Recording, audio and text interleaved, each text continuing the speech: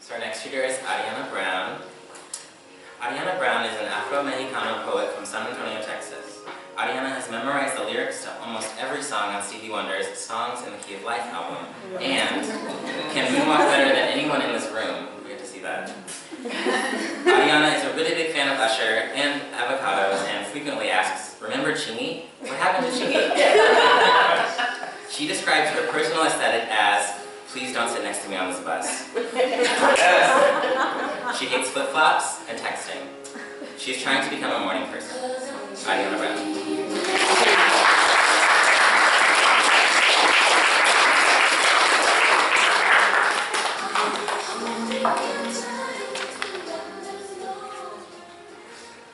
Hi, my name is Ariana. I'm a first-year poetry MFA, and I'm going to read 2 poems. The first poem begins with a quote from the book They Called Them Greasers by Arnoldo Levion, and the quote is, "The evidence is heavy that Anglos perceive the physical contrast of Mexicans as indicating mental and temperamental weaknesses." A quick story. 1. My mother met my father in Wichita Falls, Texas, Choctaw land, her 4'11" frame bursting with run, his big laugh saying, "Catch." 2. La Tierra. In 1886, a flood destroyed the falls in Wichita, the same year 20 blacks were killed in Mississippi, where the Choctaw are originally from. 3. My father was raised by his grandmother, Ella Mae Tucker, daughter of a sharecropper from Hurst, Texas. Granny's boys got themselves into the military or college. Wilbert Tyrone Brown III wound up next to my mama in Air Force basic training. Said he was from an island. Nobody's fool. My mama rolled her eyes and said, "Galveston ain't no island." 2. La Tierra. Galveston's own people, Karankawa and Apoquiza, watched Cabeza de Vaca wash up on their beaches, shipwrecked, and call it his. Now, there's a Michoacana on the corner, paved roads sinking to the sea. You could live thousands of years swaying by the water. 4. My parents. My mother says, "Your dad and I were best friends." My father, dead, sits by the sea, conjured by Otis Redding and my mother's voice. 1. My mother. Do you know why it never bothered me that we were poor? Because I loved your father. And that means I already had the best I was ever going to get. 3. My father.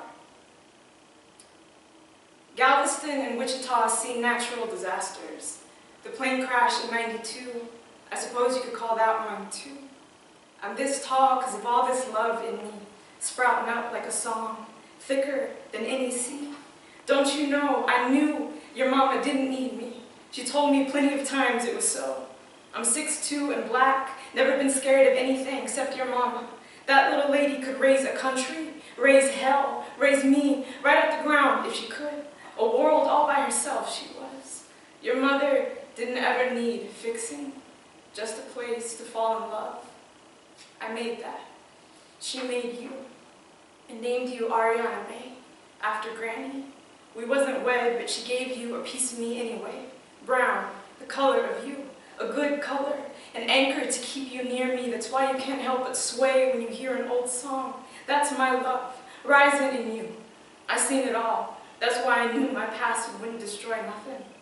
Your mama might be small, but she kept you both alive.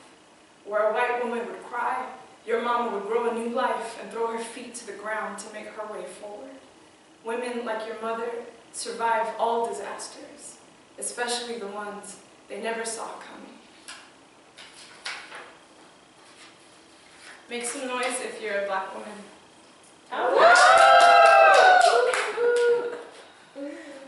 This poem is for you, for us.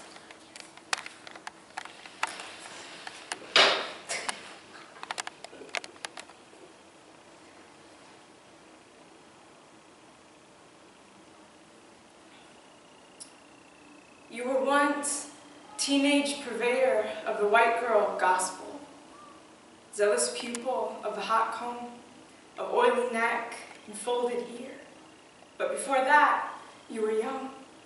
You were asked questions about your dead father and your hair, your first conversation with God. Faithless. Child of the singing forehead, child of the frustrated wrist. Your mother yelled because you fell asleep on your aunt's pillows and now the whole couch smells of you. Child of amorous pomade. Everyone can tell where you've been. Even bus windows remember your name. Child of the curl that stole the wind's fury.